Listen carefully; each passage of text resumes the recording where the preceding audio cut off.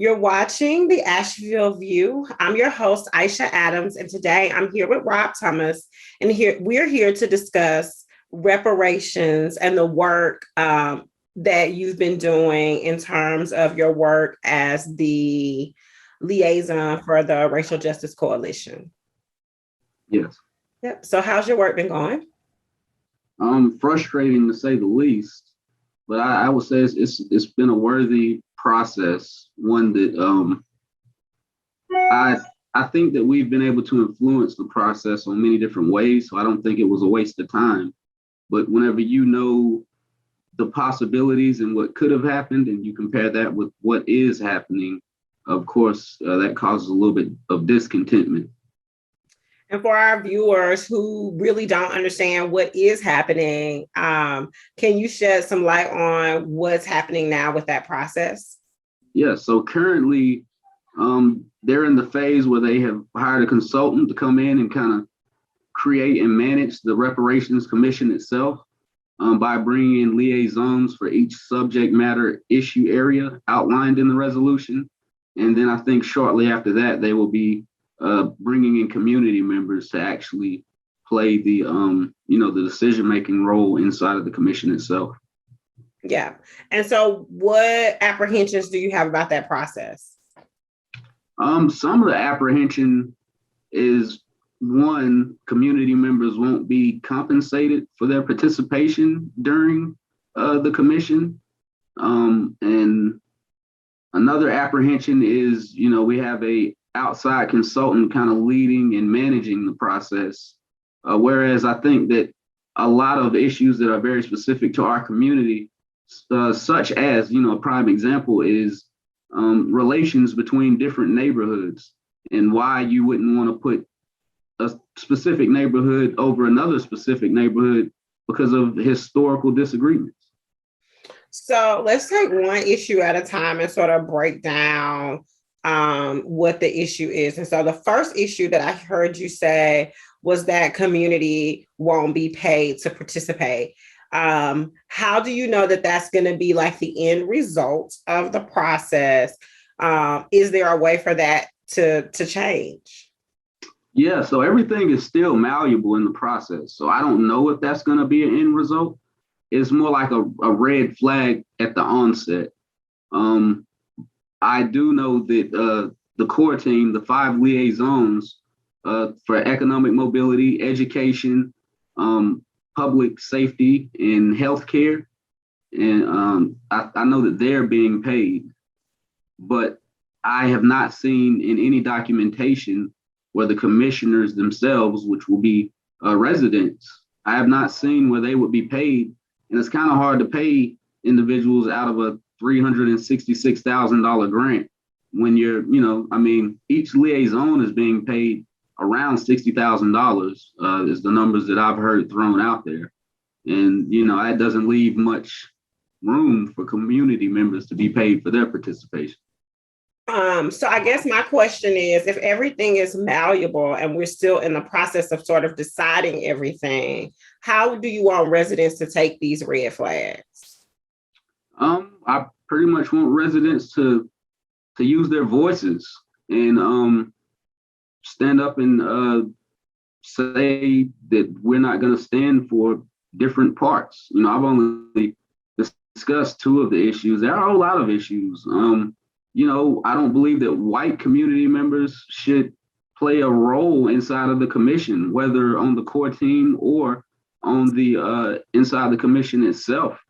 I believe that this should be led by all Black community members. I think that we have subject matter experts in all of the areas. We have multiple subject matter experts that are people of color. And so that's another red flag. But I also believe that, like you just said, documentation that says that there are going to be other members outside of the commission other than the people who are receiving reparations?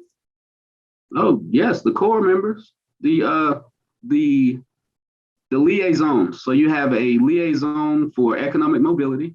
Mm-hmm. You have a liaison for public safety. You have a liaison for housing. You have a liaison for education, and you have a liaison for healthcare. Mm-hmm. Those individuals will be compensated for their times and skills. And you know that those won't be Black people. Yes. Okay. Your second big issue is that there is an outside firm that is going to be working on this issue as a facilitator. Yes. Okay. And that is a Black-owned firm? From my understanding. It's a Black woman-owned firm. So what issue do you have with the firm or with that process of there being an outside facilitator? I believe that those resources, being money, should go and stay inside of our community. That's simply the biggest issue with that. I mean, of course, I've heard all types of gossip, but we're just talking about facts here. Yeah. So I guess my question is, if I had to do a mediation, to me, reparations is going to be about the community sort of speaking with the city and them working together to come up with solutions. It would seem like an outside experienced party would be a great asset to our team. Yeah, so if you're trying to have plausible deniability, you're right. But like I said, if you don't know the landscape and terrain of the city that you're dealing with, and this is a very touchy subject where there have been all types of different harms caused. And like I said, if you don't understand that different neighborhoods don't associate with other neighborhoods because of historical reasons, and then you place an individual from this neighborhood over here in a decision-making position that's going to affect this neighborhood over here, that's a serious complication. And that's only one of the issues that I can outline if you're not from this community. I feel like you have to know this community to truly manage this process properly. And there are so many individuals in our community that could do an amazing job at that. Yeah. I would agree with you that there are a lot of people in our community who can do an amazing job at it. But I think there are a lot of people in our community who need to be in the space to get reparations because it's about them too. And so then having an outside party could provide some perspective and some relief to those people as they fight for the reparations, and to teach those who may not understand the landscape, to teach people who may have not been affiliated with the city before. Have you had any conversations with this outside organization at all, as one of the main spokespeople for the community in this process? Yes, and I have another conversation scheduled with them next week. But I also want to clarify, are we talking about facts or opinions so that I can go into my own opinions? Yeah, definitely. What you just said. Yeah, I mean, as long as you qualify as an opinion, sure. And then okay. A fact well, is a fact. You said that you think that an outside facilitator would be best. You yourself are also an outside individual, so I feel like you would probably have biases towards outside individuals facilitating the process. But when you're from this community, you definitely understand that outside facilitators aren't going to give you the same type of justice that individuals who have directly experienced the wrongs would give you. That's the same thing as, if you're doing restorative justice and you're trying to figure out what's best for you, you're not going to have somebody else figure that out for you. You're going to want to figure that out yourself. I definitely agree with that. Facilitating the process and having demands is not the same conversation. So I feel like that's probably where, like, if I need something and I'm going to fight a system, usually I take a lawyer with me. I usually take a facilitator with me to do that work, instead of just me doing that work with the person who harmed me. So what I've learned about like restorative justice circles, they usually have some type of facilitator to come in and say, hey, let's mediate this process. So is that the function of Tequity, or is it different? That is the function, but let's talk about that right there. If you look at the resolution, because the resolution has been brought up to me on several occasions of how they cannot go outside the bounds of the resolution itself. So if you look at the resolution itself, it states in clear language that the Office of Equity and Inclusion and the Buncombe County Equity Work Group would actually play the role that this facilitator is playing. Now, if that were to happen, this $366,000 would then be opened up to go to community members instead of leaving the pockets of individuals who actually live and reside and have been most impacted by everything within that resolution. So it was the change on that. And then you could clearly say after that, well, the Office of Equity and Inclusion doesn't have individuals that currently work inside of it. And then I would ask you, why is the Office of Equity and Inclusion not have people working inside of it? All of these individuals who resigned and quit, including the Assistant City Manager, Richard White, expressly said why they quit, because they were not being listened to, they were being blackballed, and they were being blatantly ignored inside of the city. Then, after that, they even held interviews for people to come in and kind of take the executive director role inside the Office of Equity and Inclusion. And what happened in that is we were told that there were no good candidates. And, I could go down the list of candidates, but I'm not even going to do that. But we had some very good candidates. And it's just this whole process is so tricky. We do have an equity work group inside the county. But like I said, if you go back to the resolution and look at the wording inside of it itself, those individuals are supposed to be the one leading this process. That leads me to the question of, if that's the case, why would you then want an outside consultant? So just clarifying, the bigger issue here is we had a resolution in our agreement. These were the people who were going to be facilitating, and you broke that resolution. And now we have different people facilitating, and that the community is being left out financially. And a part of reparations is this financial piece. And Yes. Gotcha. And I want to go back just a little bit further to shed some more light on this situation. So when they had a full Office of Equity and Inclusion, and I've got all the emails, I've got the proposal that we submitted that I'm getting ready to explain to you, with Kimberly Archie and a full Office of Equity and Inclusion in collaboration with the County Equity Work Group. Rebecca Brothers was the liaison for this initiative here. We came together with three other community members, and we drafted an extremely equitable proposal, which I'm willing to share with you, and you can post it to this interview if you decide to share this interview. And what happened, and I have emails to back up all of this. The council members basically said it was a great proposal, and they deferred to Deborah Campbell to accept the proposal. Again, the proposal was ignored. She never responded. In that proposal was an equitable solution. We broke down with a little bit over $1 million of how to fund a equitable reparations commission and pay community members for being commissioners inside of this commission. So everything that's happening, like I said, it looks good until you really know what could have happened. Are there any other issues with the resolution and how the reparations process is going?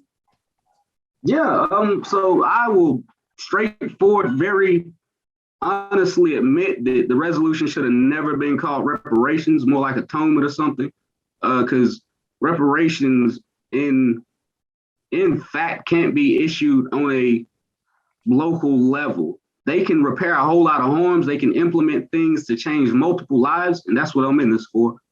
Change one life, you change a world. But reparations has to be issued on a federal level. So I think that that's another issue that I have with it, and that was our mistake, being community members advocating on the outside. But there has not been no movement with anything perfect that has happened. I mean, we can look at integration, and then after look at the ripple effects, which was destruction of our economic floor and a whole lot of harms being accrued over the past few decades inside of their various systems, such as the school system. And we can say, well, Martin Luther King should have never did that. I disagree. Martin Luther King made amazing strides, and he played with the hand he was dealt at the time. And that's kind of what we did pertaining to the name of that document.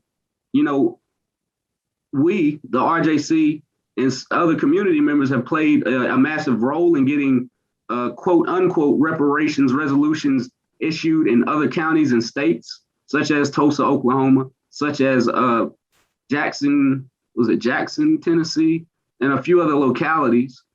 And we advised them up front, don't name it reparations. And they didn't name it reparations, and everything has went smoothly. But if you look at their resolutions, the wording is very similar to ours. We learned in the process, and some of theirs are a lot stronger than ours. And a lot of them are already funded and fully moving forward. So that issue, the name itself, I would say was something else that, you know, wish I could go back and change, can't go back in time. Another thing was the word minority that is included inside that reparations resolution, because the word minority itself also includes white women. And I will leave you to, you know, think what you want to about that one. Well, I understand that the word minority, when you're dealing with government, means white women and people of color. Yes. Because they're talking about traditionally marginalized groups, and in business and in other factors, all women have been marginalized. So Yes. I appreciate your openness about the learning process that's happened with reparations, how you as like activist and a scholar is learning and growing, and the impact that the RJC is making, and that you're making in doing your work. I guess my question is, how can community continue to support you and to stay tuned in to this process? Yeah, so actually community will know directly. We have been in community directly for the past few months, and we will be doing a massive push inside a community for the next few months, where we will be out in community for, you know, I would say the majority of the days out the week, directly in community, educating and speaking with them on how they can support. And there will be multiple ways. And it's not even support, it's how we're supporting community. Because the only thing that I've advocated for throughout this whole process is two things. One, every Black voice in this community matters, meaning they should do a massive amount of community engagement. I've done my own surveys in community, and what I have, the metrics behind that is 8 out of 10 people don't even know that reparations is something happening in Asheville, Black people, that is. And of this, you know, the 2 out of 10 know or have heard that it's happening, but don't really know if anything is going on or what has happened or anything pertaining to it. Meaning that there has not been community engagement at you know, at an acceptable level. So I say all that to say this, that community needs to engage and uplift their voices. In this moment in time, our voices matter. Community, myself included, you know, we all possess something called an amygdala. And the amygdala controls the flight or flight responses. And also, if you traumatize the amygdala enough, it shuts down. And I think that government has traumatized us so much over the past couple hundred years that we as a community don't believe that anything good is going to come out of it. And we're kind of frozen. We're in shutdown mode. And it's like, I get it. Why would you keep engaging with something that just continuously causes you harm? And so a massive amount of healing has to be done. And that is my new focus. I'm not focused on mobilizing community members to take action, to do that, this, that, and the third. I'm actually more focused on healing us so that we can build social cohesiveness and unity.